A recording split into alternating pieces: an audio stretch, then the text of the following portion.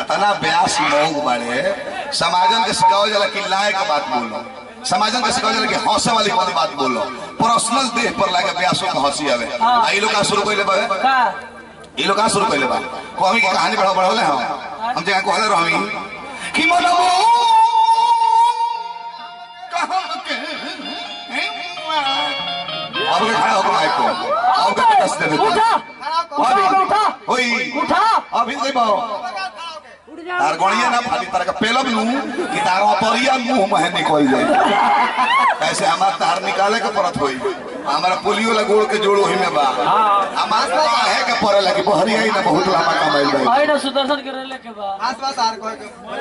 तारा जिला में कोनो जो ना होले जौन लइया कहते तारा पूरी अरवल जिला के भाष नहीं थे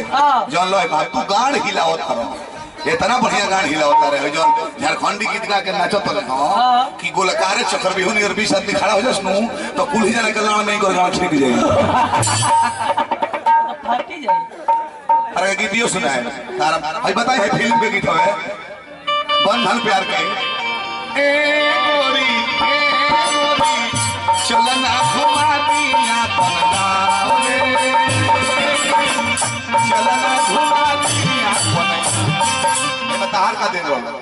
एगो और बोल कहत कि झारखंडी गीत हवे मगही ना हो ना बोले हां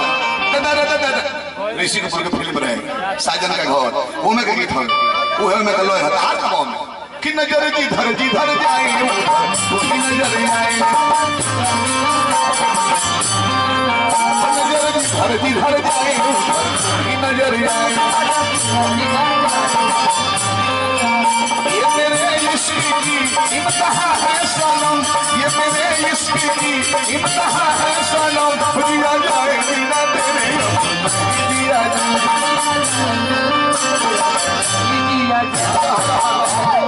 काहे में कहा रोला की हत्तर के जवाब दी बोला हम तो जॉय को बोले बारे मिक्सी बोल रहे हो भोजपुरी से उठावी रहो बाबा भोजपुरी से उठावी अले जाकर फिल्म में ढुका दे हिंदी फिल्म में बोला ना सात समुद्र पार वाला ओकर बाद पवन का तने भर झटका लेके मिक्सी को दे दे कौन जवाब दे कौन बेरो गीत बोले हम का बोले हम खेल एक वही गाना सुनते सुनते एक वही गीत कहतर कि हमरा करो फरमाइश करता है लोग जानो था कि गाड़ू हो तीनियो गीत याद बाय करा तीनियो गीत याद बाय ना एगो भोर वाला गीत बोलो तो का बोलो ए इधर है बताए बोलो तो गाने मेरे को कैसे हम बताएं बहुत तरह की सुनो अभियंता मारो भी ये थी तू कौची आपन थी ठुका ठुका के काम होला अभी गनगनावा को पड़ेला अब वो सर कह के हमना कह दे तरह के कि सुनो ये सुदर्शन कोइला बाउरा पोरा दर्शन मारब की भगवान सुदर्शन आई दूर दे हम कहलो भवन तार कंड मारो हई लंड टंटना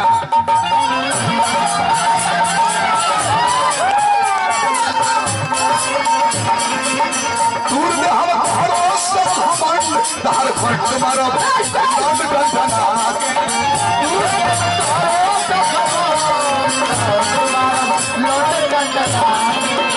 पैसा बैल हलो पेल डाल तारा लगत फुहर करेलो लय गाइले ओकर लय के काउंटिंग लो करेला एगो ले लो ओकर बाद कुछ बात बता फिर कबे गीत पहले ले लो गीत भाई गीत एगो राग सुनाओ त ओकर बाद दू लाइन को ओकर बाद फिर आधा हाथाना बात बोलले बड़े जी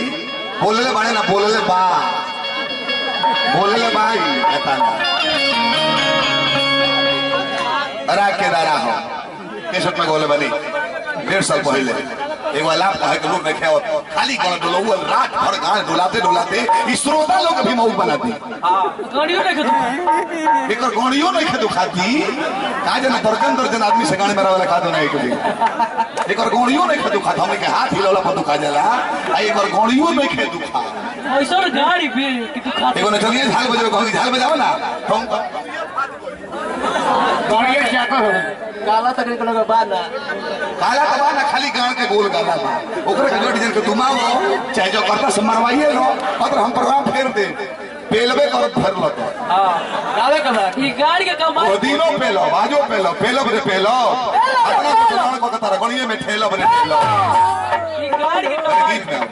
साफ गाड़ के व्यापारी हो गए भाई गाड़ी के कमाई कहिए ना कहिए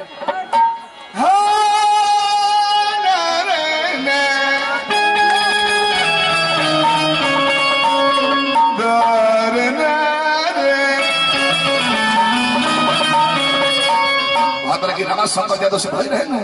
कितना निमन भाई हाँ वो बोलत ना हुई तरह के अकेले कूद फान के अपन मां वही बना ले हमको हमू ना हमू ना पूरी और से मार्केट बना ले तब तो हमारे को बोला जले करबीन लगना हवा लिंग से का है पहले अरबीन लगना हवा लिंग हमारे रूह में पोलियो मर रहे हो ऐसे ना हो ऐसे ढूके के ढूक जाओ एक बार और तरी खींच लेला हम जगह का पेल दिले बेरों का झाड़ा फिर मैं बॉयल लियर बैठ बैठ पकड़ बिक देबो गाड़ी की कमाई कहिए समय पर आता दरबारी सुनाओ ना दरबारी ना केदार हमारा ये चौपाई पर खुश हो गए विनय भैया 100 रुपया पुरस्कार देना करबीन राहत रो तेल लगावा और लाण गरम को फेल के सुदर्शन में गाड़ी चोरा के जाए पैसा था 100 रुपया पुरस्कार बार बार प्रणाम करे मैं बेगोवल है इनका गाड़ी के पेलाई तू पंजना मुसलमान लोग से गाड़ी मारे का फुट बनावला पड़ा हमरे कव्वाली का 5 रुपया दे दिया कव्वालियो गाई ले तारा से नहीं मो पवानी होगा बांध लेता रहे या ता मालिक से गाड़ मारा यही एक मौगा है जिसका दिमाग इतना तेज है गांव भर के लोग जान गए कि मऊ हो कहीं गांव मारा उसको पकड़ा जा बाकी बाबू धीमान एक दिन राती का मंदिर में तक हो जाई ना मंदिर में गांव मारा होता है खोज के हार गए लोग मिलबे ना कोई अब मंदिर में कहू गाड़ मारा अभी मंदिरिये में गाड़ मारा होता है आज जब सभा का हकील हट गई लू तो शिवलिंगवा अपना चुतरा में ढुका के कहा कि जय शिव जय शिव अप डाउन करे और मोट जय शिव पहले हम देखने कहने कि शिव हमें वो घी ना भी गेले हे जाय अब दू बेर जय शिव कहता है घी बिक देव तार नींव बदल जाए गांडू कहीं का गाड़ की कमाई खाने वाला खानदानी गाड़ू है खानदानी हनुमान तो पेल जाएगी फाटी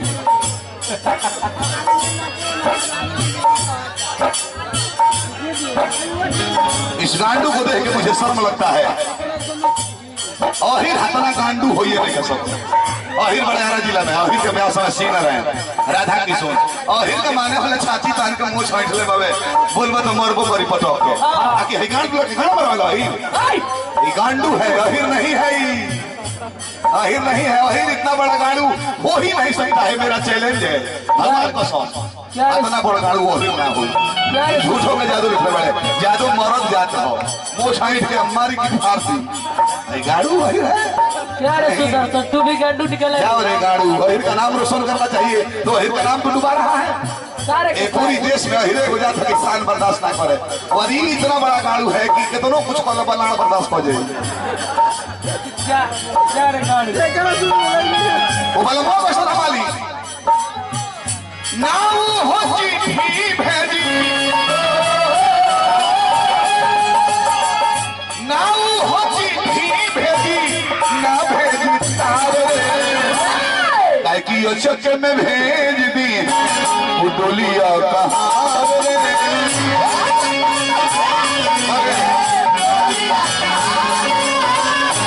चक में भेज दी वो डोलिया कहाँ बैठो बैठो जाए तो इतना गाना मरोना पड़ेगा ना हम पहले खाती बारी हम बारी पहले खाती बैठो हो जाता रहा मैदान को दिखे मेरा मैदान लगा मौका लड़ा पर होई भी पहले ले कि सुटो के आ गया लगे धो कोई है तो पहले जाए बैठ गए अभी ना चूतर साफ धोई है एको को मैला निकला गान में से निकाल के मुंह में हुर दे तो पहले और सकेले ले बाबा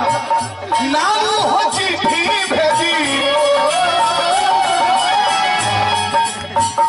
नाऊ हो चिट्ठी भेजी ना भेजी तारे कि चौके में पेल दी है मोटकाया बोलला